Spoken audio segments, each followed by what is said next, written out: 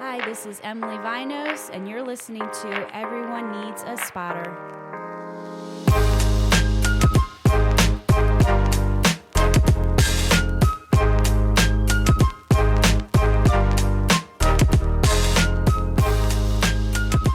Hello, everybody, and welcome to another exciting episode of Everyone Needs a Spotter, the multifamily fitness podcast brought to you by the expert team here at RMS Fitness. I am Steve Heitzer, happy to be back after a brief 1 week break from recording to be back here with the team. Everybody's here today in full attendance. Everybody gets a good mark today. We're going to start today with our introduction. Stephen D to my right. Que paso contigo, amigo? What's going on, man? It's good to be here. 1 week break, but I feel like we need another break. Just we'll talk about it. It's been a busy couple days. Get a break from my break. Man, let me tell you. Lil Wipey, MEV. That's a new one. How you doing? Good. Didn't you used to call me Eviney? Eviney. There's been several iterations of this. There's been several iterations of Little Wipey's nicknames around here. It's been a good week because it's been a warm week, and that has just been really fun. The Get weather. out of the office and enjoy some of the warm weather. Yeah, it's funny. People be talking about that seasonal depression stuff like it's fake until, it gets to be like 60 degrees know outside and you feel like you've never lived before this day. I know it's not fake. So I agree with you. The weather turning has been amazing. Robert, fearless leader, the man in orange-ish. Coral. Thank you, Emily.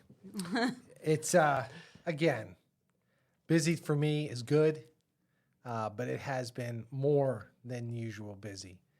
But you'll share the highlights of that because we have been in a plane, off a plane, and off to work. Indeed.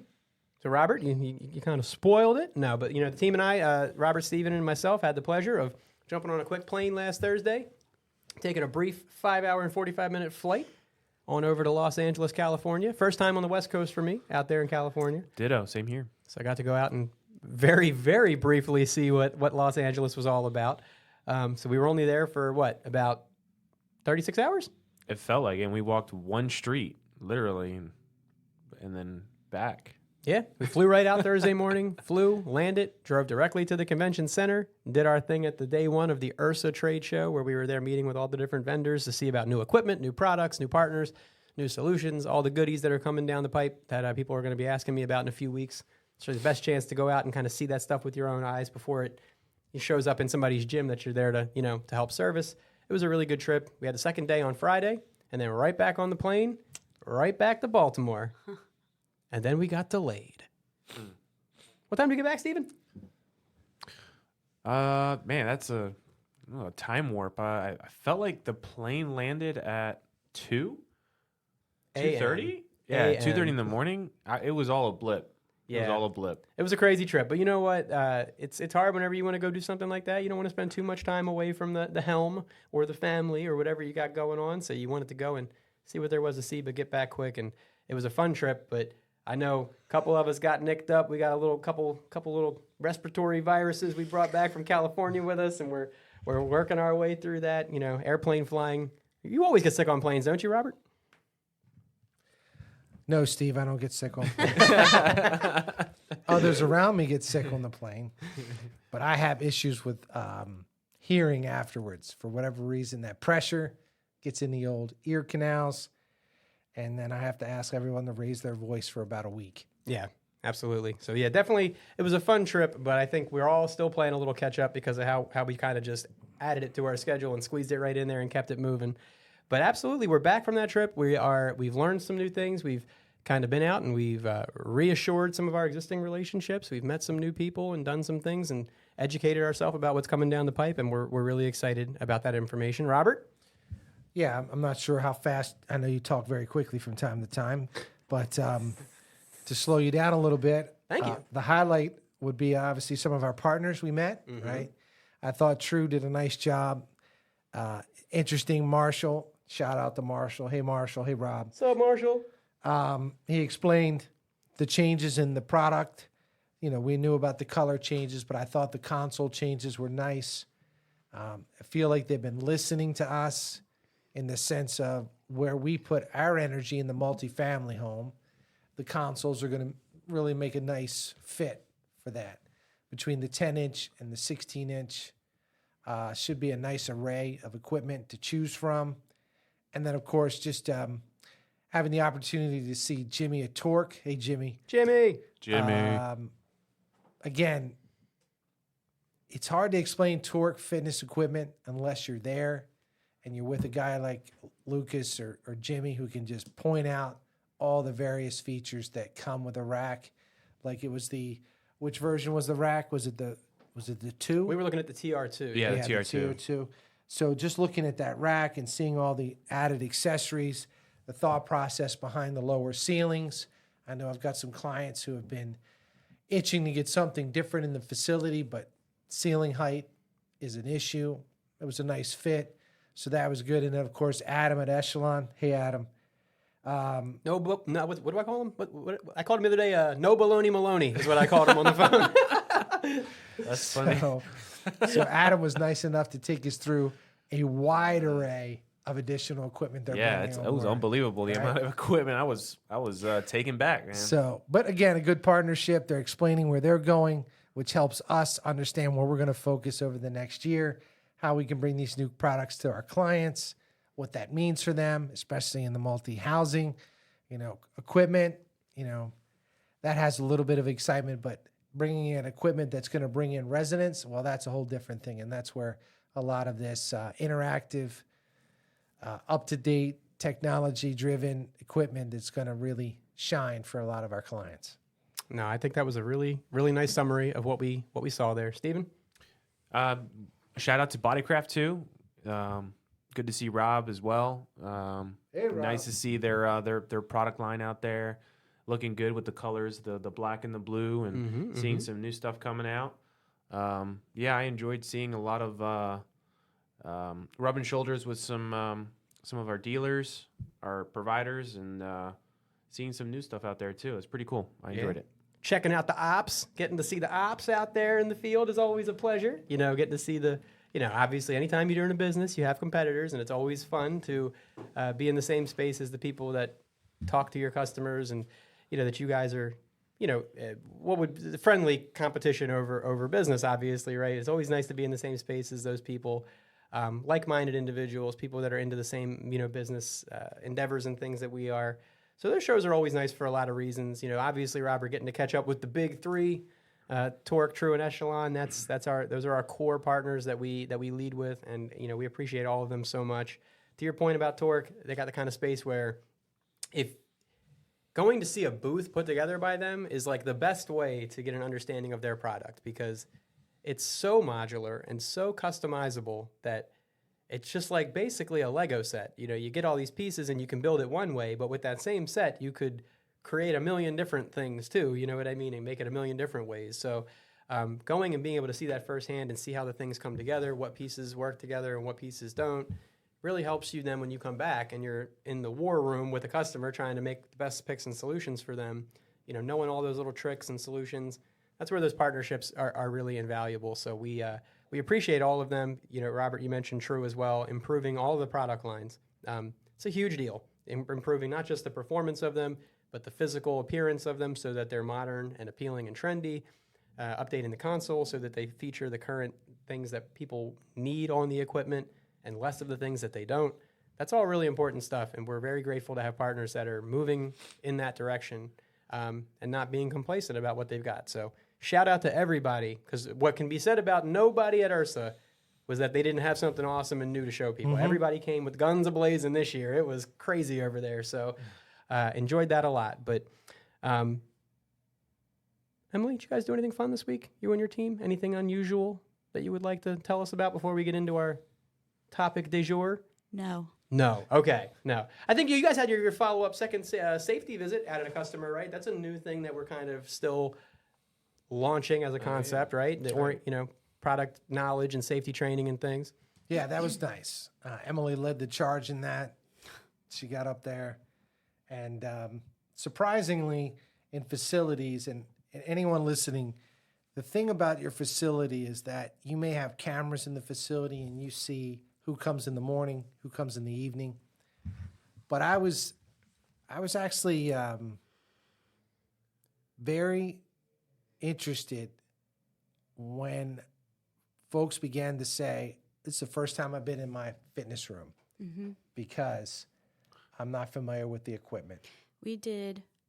So in that particular case, we did 5 classes over 2 days, and we had about 10 people a class. And it wasn't really until the last class where you had the most people that said that they actually came into their gym. That's right. And so just the education on things and explaining to people how to use the equipment, and just seeing them become more familiar with it. And of course, there was some good laughs as well because, the group we were with was a little older, but they were real troopers about it. And I think that class will stimulate a lot of them to go. Simple. Well, I was going to ask you that. I was going to ask you, from having been there and seen the people that showed up, do you feel like a large percentage of them or a meaningful percentage of them were people that wouldn't use the gym prior without having had that education? Absolutely. Yeah, and what I think too, it was beneficial because I know people in the class were people that are on the board that make decisions. So without being walked through, you walk in the room, there's plenty of equipment, and then you break it down on what is easy to use and what's really actually not easy to use, and the recommendations that Robert would make specifically with the strength equipment. It's 90s strength equipment, so they're like, dual purposes. That it was more enlightening for people to realize, should we even have this in the room? So a board member who doesn't necessarily exercise is now educated in seeing that, okay, well, half this equipment he's advising is really not easy to use or effective or safe for people in this community, specific to this community. Man, So that's a huge benefit because those boards, they're so impactful with properties where there's a board or a committee involved. Like, they can be such a factor in the final decision that gets made in the gym that having a chance to educate somebody like that about things is huge. And then, I don't want to overemphasize this, but the fact that you guys feel like you drew people into the space that otherwise might not use it, it's changing lives. These are older people, to your point, that maybe aren't active enough, aren't doing enough, are sedentary. By adopting any kind of physical, wellness routine into their lifestyle, they could really be improving the quality and the duration of their life too. So, that's a really nice service to be able to offer to a resident at your community that maybe is intimidated by the space. But I saw your hand, Robert. One last point about that, if I could, and maybe I should just let it to rest because we haven't mentioned the property's name, right? no, Okay, good. Because I don't want to embarrass anyone. right. But there's a leg press there, and there's a long history behind the leg press. But it was purchased based on the cost. So I get in the class, and I'm like looking at the different types of people that are there.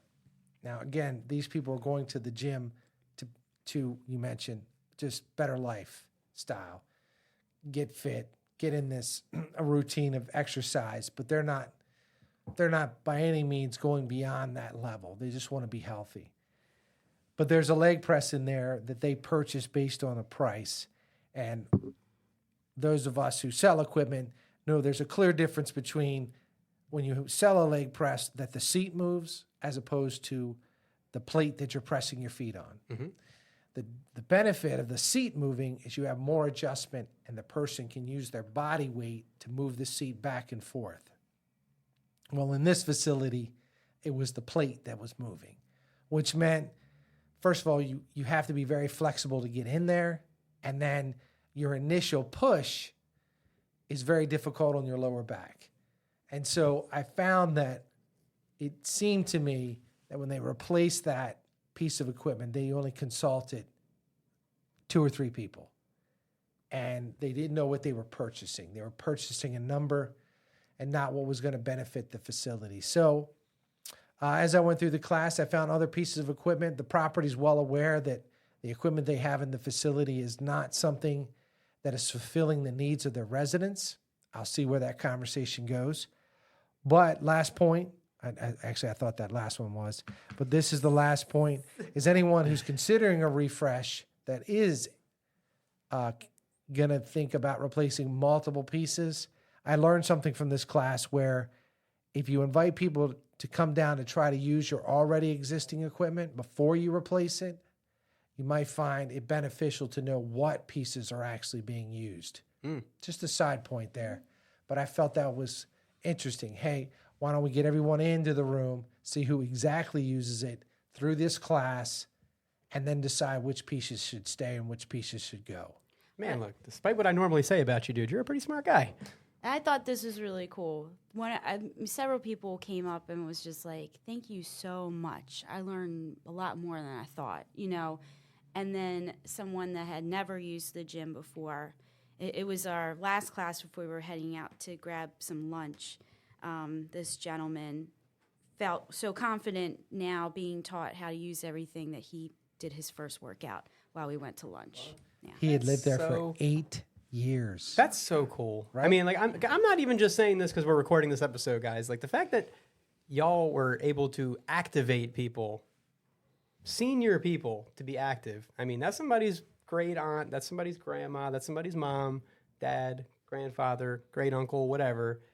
And the fact that they could be doing something that's going to actually potentially physically extend their life and the quality of their life, that's really meaningful. And I think you all should be really proud about getting people to invest in that. And the fact that the property should be proud too. Like, they should understand what they're really offering. It's not just, oh, people are going to know how to use it. You could be taking somebody who's not confident enough to begin and giving them that confidence. And that's more than just something nice to do. That's meaningful. So It was I think awesome. that's really cool. I don't want to beat that horse too much, but I think that's a really cool concept and probably something we could do more if people would understand what it is that they're really providing. So I think that's pretty cool. You know what else is cool, guys? We're 17 minutes into the episode and we haven't even addressed the concept that we intended know, to it's discuss crazy how- today.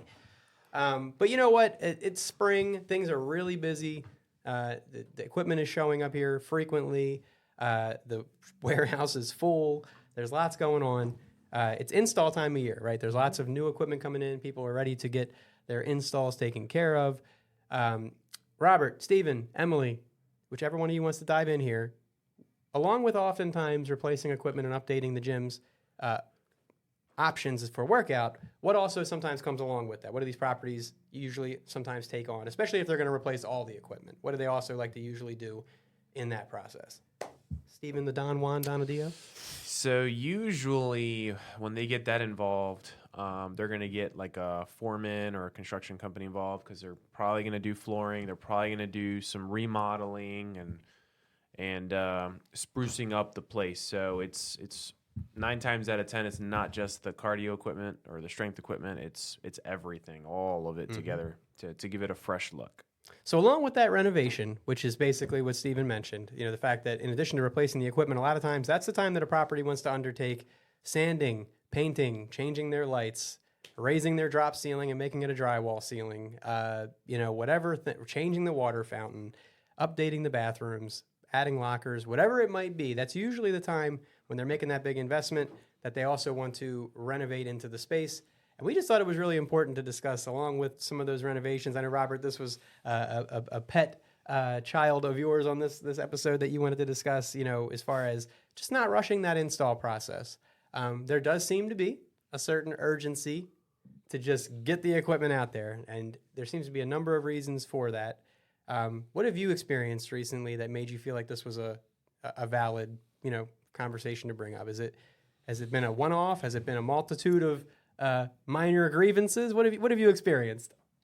Well, to Stephen's point, when there is a third party who has been hired to perform this task, generally they have a timeline. And in their mind, this is how the timeline should lay out. But what happens is that in construction, nothing is perfect. And what I think we want to kind of derive from in this episode is the time period where the fitness equipment should go in. And when it goes in, it will then make the most sense, and it will be the kind of the pinnacle to the room renovation. Like, now that this is in, this is how it's going to go. So you had a very large project at a student housing in Baltimore, and I went in and I walked the property, and Steve tends to put all bad news on my plate so that I can show it to the customer. Steve doesn't like to give bad news to customers. We do the good cop, bad cop thing, Robert. It's our jam. So I go into this facility, which was multiple floors, and they were not complete. Now, could we put the equipment in the facility? Absolutely. But my thought process of not putting it in is, you mentioned it earlier, is all the finishes that have to take place, the sanding, the painting.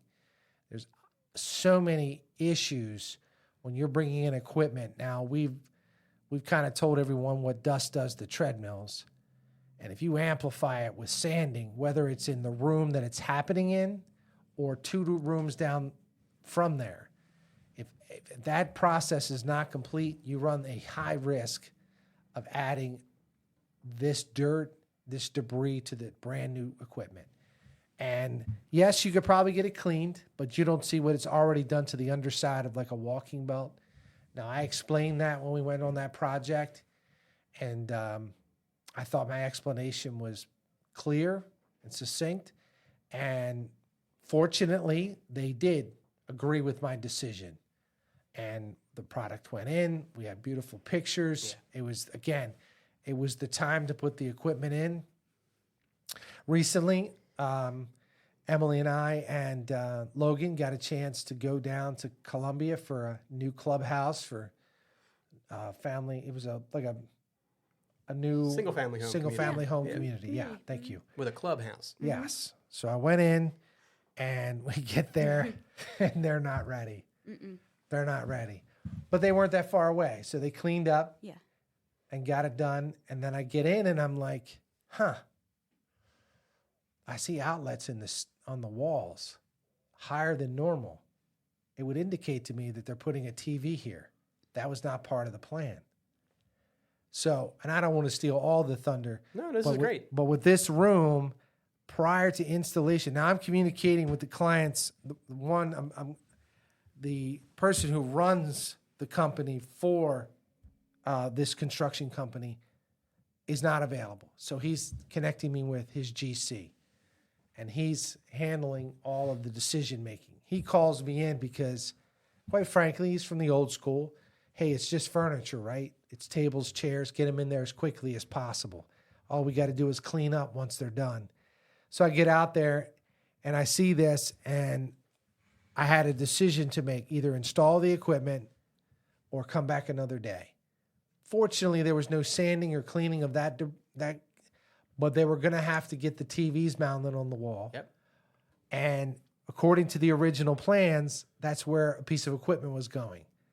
So maybe what would have been best, and maybe we were going to say this, is to have a discussion about the room. So where you or me or Steven or whoever the consultant was could go out, see the room, either by picture or by going on site. Okay, this is ready. Because then I would have said, oh, I noticed you're putting TVs here. Oh, you put mirrors over here. Oh, there's a door here now. So those are all the things that we're moving that were not in there. And just to add to this, it's been months. So the original layout was something that the customer gave to me through a third party, and that third party just kind of sketched it together. So many revisions have taken place, and guess who wasn't informed? Me. And so because I wasn't informed, I go out and go, I mean, these are nice additions, but this changes where I'm going to put the equipment. Yep. All right, so that's enough for me. No, you know, I wasn't going to cut you off because you were going through a lot of the core concerns that happen, and I think I've reasonably identified the cause of the problem. I think that generally this just comes down to best intentions. Like all of these project managers, whether it's the property manager who's managing the project for their owners, or whether it's, in my case, a lot of times it's new construction or development. These people who are the point person for these projects, as the project nears completion, there's a lot of pressure on them to show progress toward completion. Sure. And sometimes they're up against things that aren't in their control. They get, I've recently wrapped up a project in Chevy Chase, and they were getting popped on the fact that their railing was on every balcony was like 1/8 of an inch too low. I mean, we're talking microscopic amounts of Steve, You got to define popped.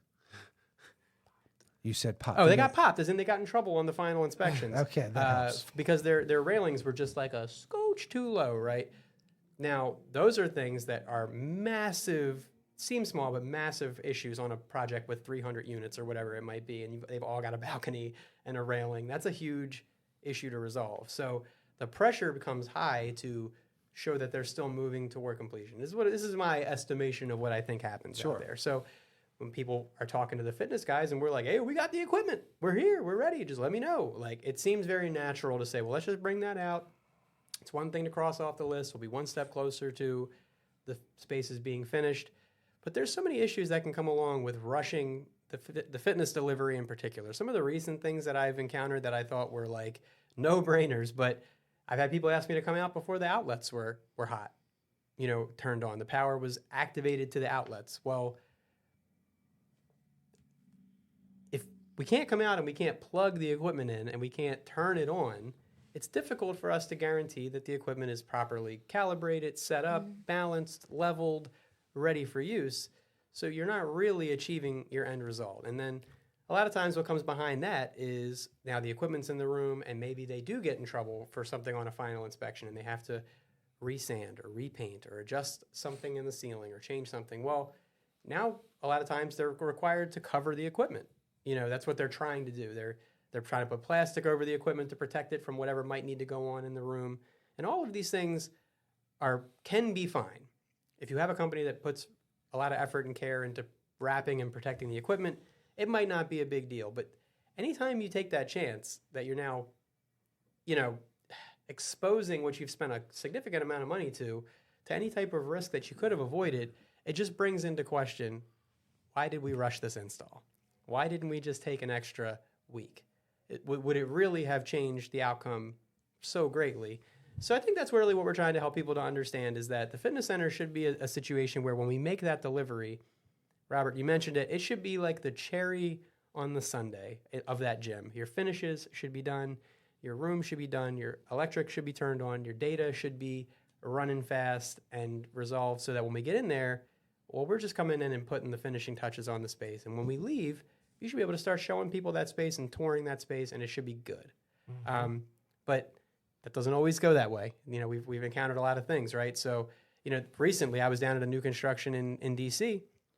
The actual gym itself was kind of ready to go. The room was done, the paint appeared to be done, the floor was put in, everything was kind of locked off and closed off. The project manager said, nobody can come in here except for me because the room's considered to be done. We've got it locked off. But he wanted me to come out. And then when I went to look at the install route, that's when it got a little dicey. There was an access road behind the building that we would have had to use. And he was basically telling me yeah, you can schedule for Wednesday because we're supposed to be done fixing the sidewalk by Tuesday. So I looked at the calendar, saw that there was weather, 3 days of rain over the weekend, called him up and I said, can you guys do that in the rain?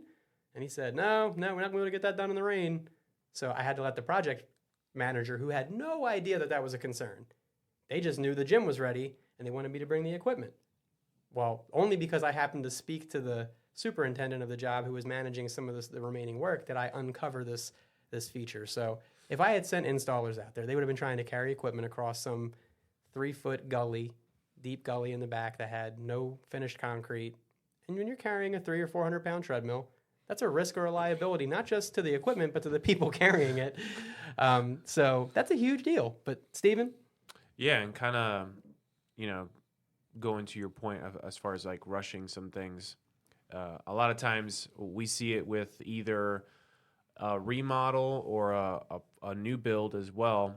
When they put flooring down, sometimes if it's a glue down floor, a rubber floor that they glue down, like you said, that they'll try to schedule the next day to have us come out and install the equipment. Well, a lot of the properties out there don't realize that you have to let that floor cure. You can't just put your weight on it the next day and expect the floor to be adhered properly with the glue and the cement. And so, sometimes if they rush it, 6 months down the road, those seams are going to start lifting up on the rubber flooring, whatever flooring they tend to use. because you like you said, a treadmill is like 400 pounds. You got all this strength equipment coming in. It's not like it's gonna float right on top of the spot where we're gonna put it. It's gotta be roll it rolled to where it in. needs to go. Yeah. Yeah, it's just the nature of the beast. And so,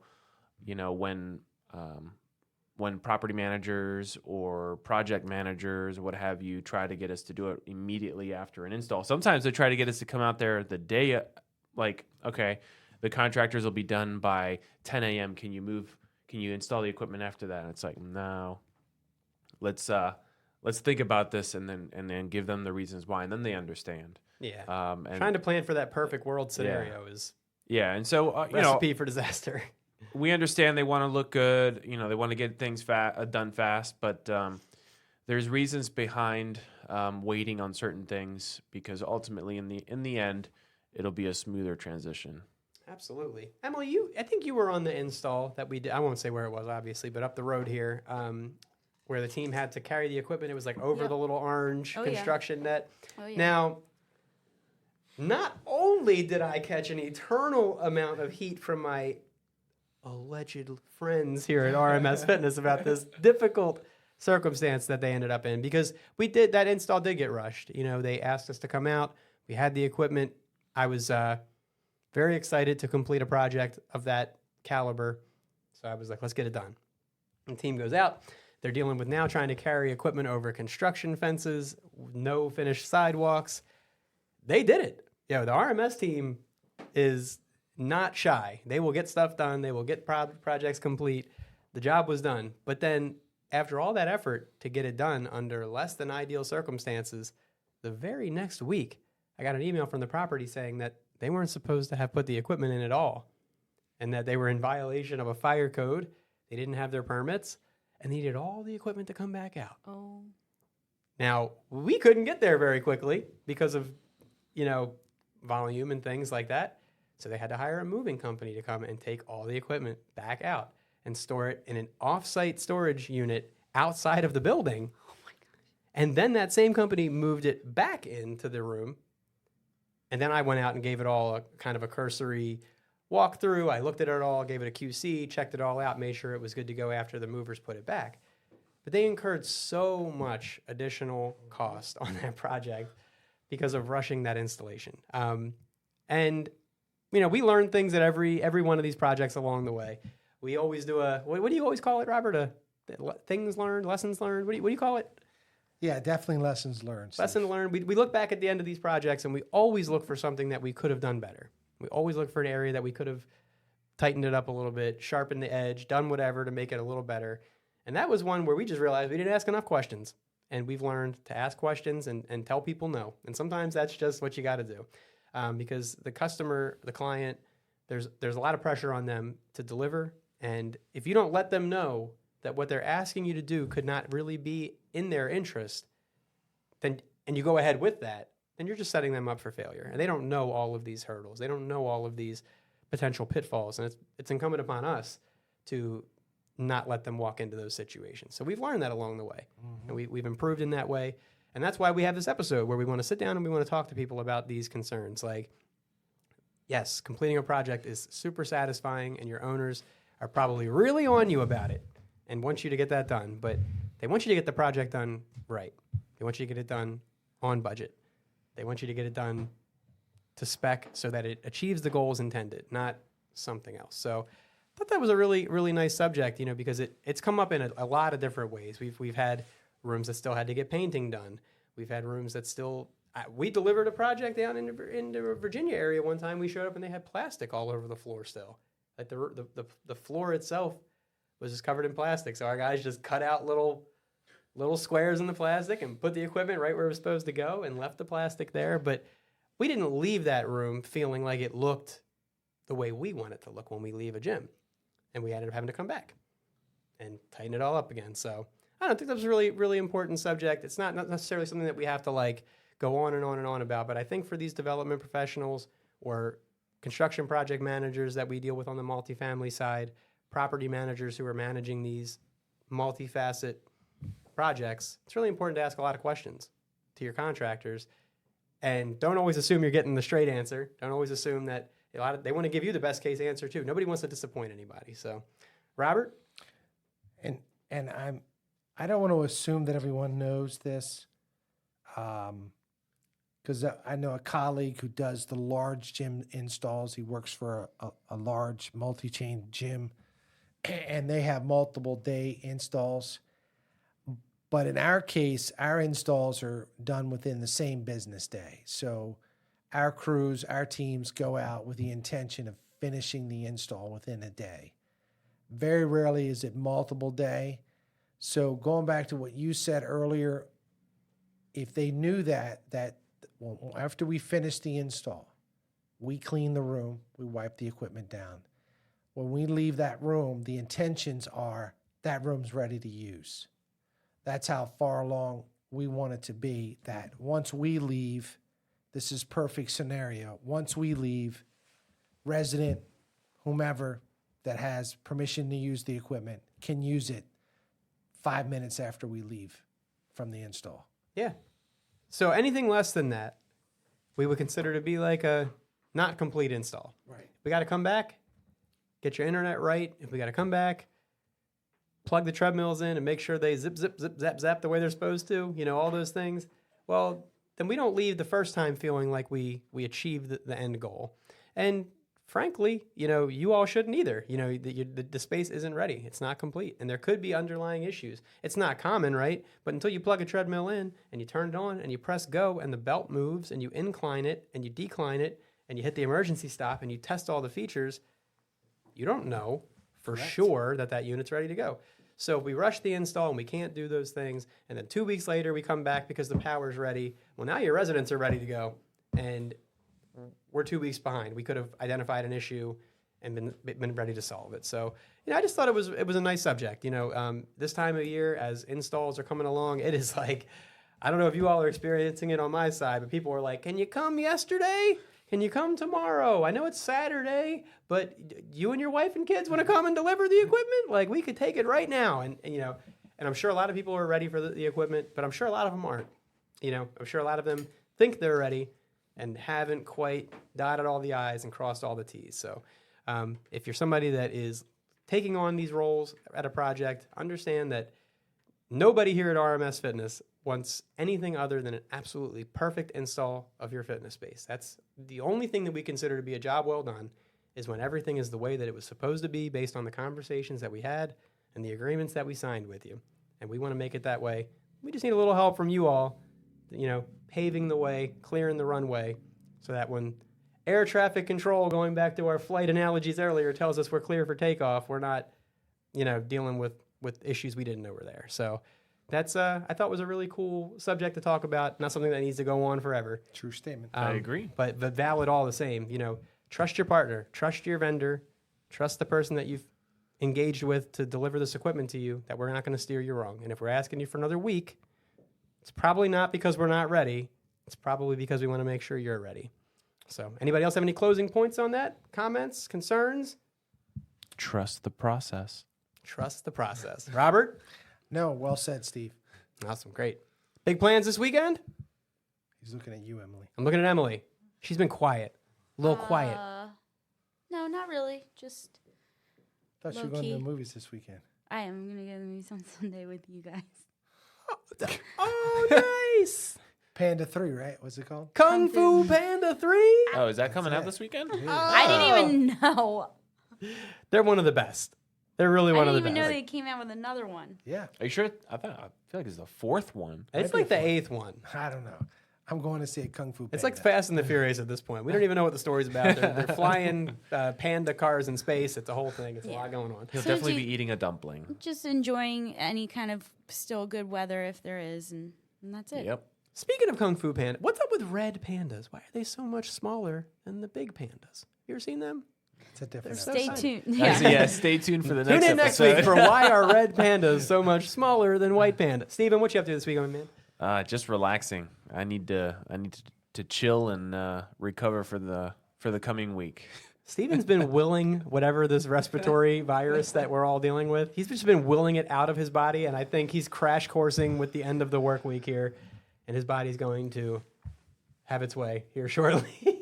I'm not sick. I'm just getting stronger. That's all. Just getting stronger. Robert, besides Kung Fu Panda Emily, what are you doing this weekend? Lots of family time. Lots of family time.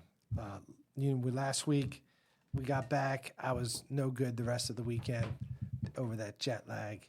So this weekend, fresh start, spend some time with the family. I feel that, bro. I have been at work or in bed since last Wednesday, so I am very much ready to spend some quality time with my people this weekend. I've had lots of cool things, man. Proud of my people. My kids are doing good. Lots of awesome things going on in my personal life, so I'm looking forward to seeing what we can get into this weekend. But that's about all I had. So, from the friendly team here at RMS Fitness, it is always a pleasure to be here. This is Everyone Needs a Spotter, the Multifamily Fitness Podcast. If you have found this episode or any other to be informative, educational, or entertaining, please share this with anyone else in the property management industry that you think could benefit. Share it with your site teams. And if you have a subject that you'd like to hear us discuss, please shoot us an email at podcast@rmsfitness.com. And as always, leave us a 5-star review, nothing less. Steven? Afuera! Emily? Lil Wipey? See you later. Robert D., Fearless Leader? Have a great weekend. I am Steve Heitzer. Have a great weekend. This has been Everyone Needs a Spotter, and we'll see you next time.